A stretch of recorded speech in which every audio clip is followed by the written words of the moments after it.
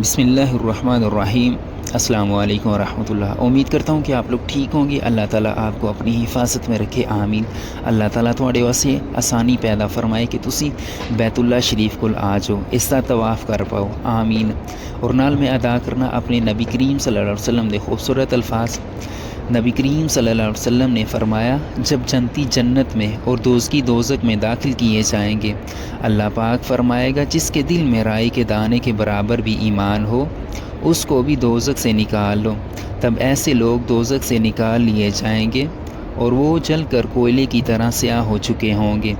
پھر زندگی کی نہر یا بارش کے پانی میں ڈالے جائیں گے اور اس وقت وہ دانے کی طرح اگ آئیں گے جس طرح ندی کے کنارے دانے اگ آتے ہیں۔ کیا تم نے نہیں دیکھا کہ دانہ زردی مائل پیش در پیش نکل آتا ہے؟ صحیح بخاری حدیث نمبر 22۔ ساڈے واسطے نبی کریم صلی اللہ علیہ وسلم دی زندگی ہدایت ہے، یقین جانو ساڈے واسطے روشنی ہے۔